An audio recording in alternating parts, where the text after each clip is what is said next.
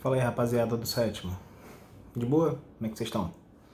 A gente vai fazer aí essas reuniões ao vivo agora, né? Vai passar a usar esse método para ver se a gente consegue dinamizar melhor esse encontro, porque eu tô aqui falando no meu telefone, no meu quarto silencioso, e não sei se vocês estão de fato pegando o conteúdo, aproveitando os vídeos como a gente está esperando que isso seja feito por vocês. Então, seguinte, vamos cortar a enrolação? Vamos pensar na matéria então. Tô na página 235. Quem tá com a apostila, saca esse bagulho aí para poder entender em cima do que a gente está falando. Então, pensa comigo. A gente falou nos exercícios da página anterior sobre a expansão das cidades. A maior parte das cidades tendo população urbana, população concentrada numa área urbana. Então, São Paulo, Rio de Janeiro, cidades maiores do Brasil que passaram por esse processo de urbanização há mais tempo, são maiores. Só que eu penso, cidade do Rio de Janeiro, município do Rio de Janeiro. A gente tá ligado aí, tem falando um monte de politicagem na TV, vem falar Covid, fala de hospital de campanha. Nós, no nosso município, temos hoje o prefeito Crivella. Ele é o gestor do município, que não é tão grande assim. Eu vou botar um slide com as imagens do nosso município, ou até na reunião ao vivo eu faço compartilhamento de tela para poder ter uma dimensão. É só daqui. Acaba, por exemplo, tem uma galera que conhece o mercado de Caxias, que vai para Belfor Roxo. Pô, tô chegando já em outro município, cara. Tu atravessa a Avenida Brasil ali na Penha, chegando ali no mercado São Sebastião, tu já tá em Caxias. É outra parada. Isso, o que significa isso?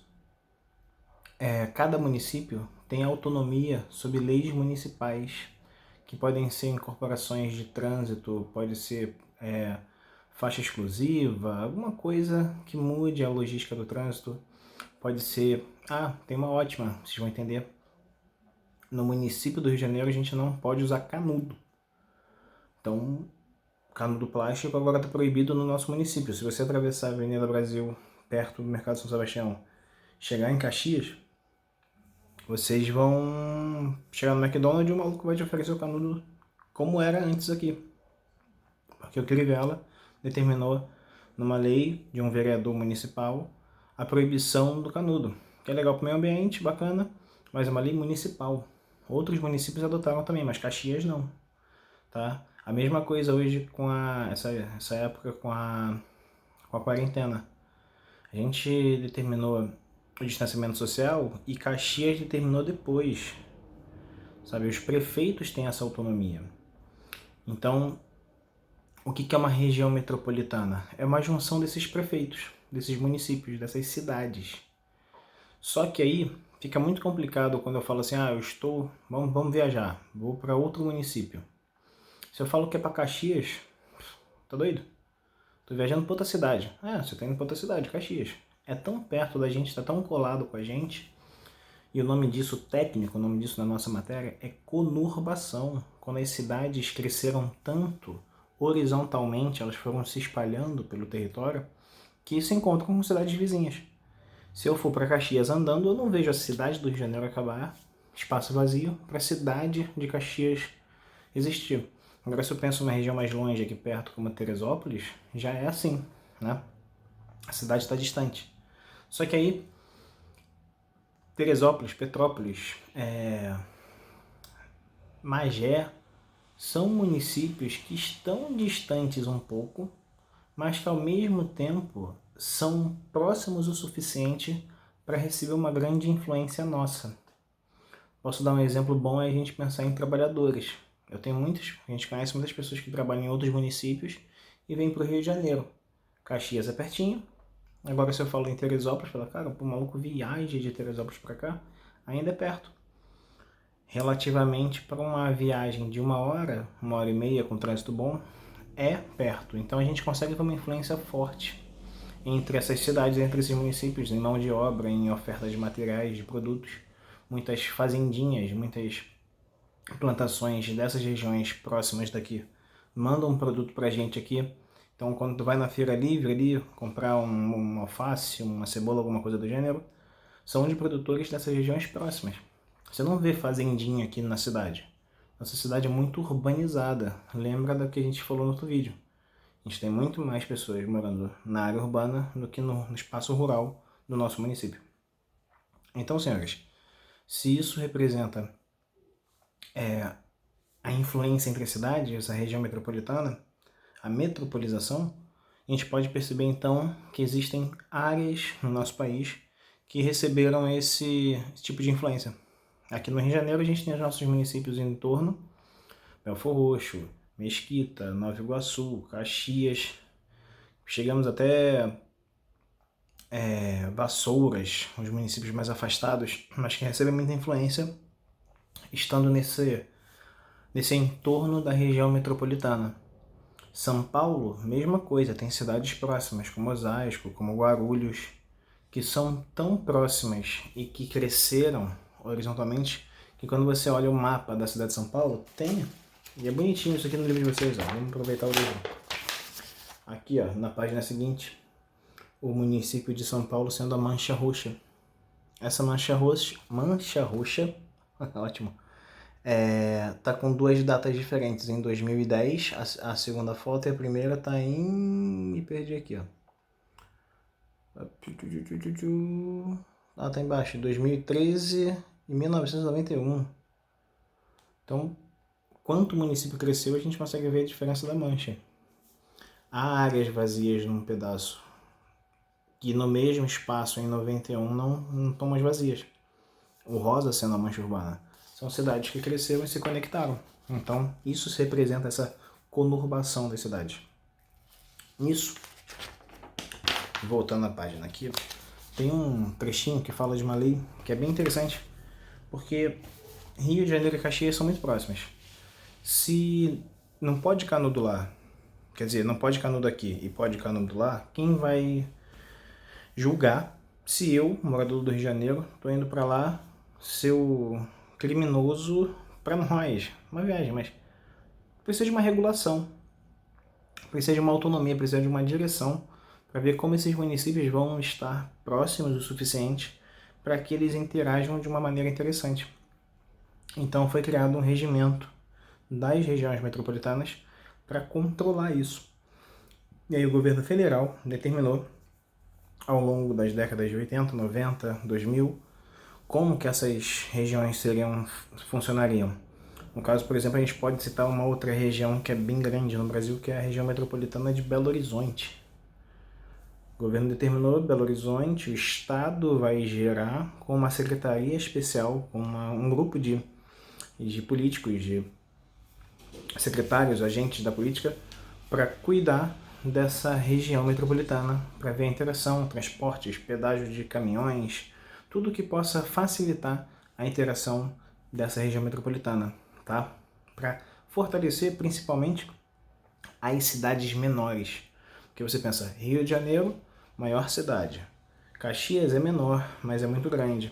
Se eu vejo alguns outros municípios, Belfor Roxo, mais afastado ainda, atravessando a ponte Rio-Niterói, chegando em São Gonçalo, Niterói mesmo, Icaraí, Maricá, os outros distritos, né, de Maricá, que nem município são muito menores. Então, nessa questão de região metropolitana, a cidade do Rio de Janeiro ajuda a desenvolver essas outras regiões mais afastadas, quando essa secretaria, quando esse grupo de organização consegue consertar, consegue arrumar, consegue fazer com que essa região se interaja melhor, tenha um funcionamento melhor, tá? Agora é o seguinte, tá até falando aqui, ó, terceiro parágrafo depois da imagem. Já na década de 90 foi criada a Região Integrada de Desenvolvimento do Entorno, RID, tá? Essa aqui é a secretaria. O que eu estava falando ainda há pouco, não precisa ler. Passando para a página seguinte, está mostrando essas regiões no Brasil e como elas estão distribuídas no território. Então vale a pena a gente dar uma olhadinha nas regiões e acompanhar, como por exemplo a nossa, Rio de Janeiro, estando bem representada aí com a nossa grande mancha. Apesar de parecer pequenininha, nós somos muito densos. população não está muito próxima uma do outro. Então, não é uma região tão ampla, tá? Nessas regiões, uma coisa é bem importante a gente pensar, que algumas foram mais planejadas, tá? Planejamento urbano. A gente chegou ainda a falar isso ainda em sala de aula, cara. Teve uma aula aí que eu dei uma doida e falei de urbanização bem no começo do ano, que a gente comentou muito que a cidade do Rio de Janeiro ela é muito bagunçada, né? Tu não vê muitas ruas retas, tu não vê uma organização na cidade que faça com que a mobilidade urbana seja mais harmoniosa, mais funcional. Isso tá muito ligado a essa evolução urbana, tá? Só pra gente ficar ligado que existem diferenças entre as regiões metropolitanas, tá? Normalmente a gente do sul, Curitiba, Porto Alegre, são regiões metropolitanas mais organizadas. Rede hierárquica. Isso é mole. Tá dentro dessa metropolização. Olha só. Posso pensar, por exemplo, que se eu falo, viajamos pro Japão, e eu chego numa cidade lá, o maluco me pergunta num restaurante, pô, tu é da onde? Eu falo, pô, sou de Belford Roxo. Sabe? Belford Roxo. Aqui a gente mal conhece Belford Roxo. É um município perto, mas ao mesmo tempo não é um município muito famoso. Não é um município que mostra uma atratividade, por exemplo, para no Japão alguém conhecer alguma coisa de Belford Roxo. Se eu falasse, eu sou do Rio de Janeiro, cara, na hora, na cabeça lá do Japinha lá, ele pode pensar em estereótipos daqui, como futebol, como Copacabana, praia de Copacabana, o mundo todo conhece, Cristo Redentor, sabe? Então ele faria uma analogia muito mais fácil em conhecer o Rio de Janeiro do que conhecer Belford Roxo. Então pensando numa hierarquia, aquela coisa quem está um em cima do outro, o Rio de Janeiro é muito mais chamativo para o mundo e para o Brasil do que Belford Roxo, apesar de serem muito próximas. Então, quem está numa hierarquia maior vai ser Rio de Janeiro. Então, o que é a hierarquia urbana? É a relação das cidades com o seu poder de desenvolvimento, o seu poder de atratividade, o seu poder de investimento, como que ela é em relação ao mundo. E aí, normalmente, a gente tem dois padrões de hierarquia.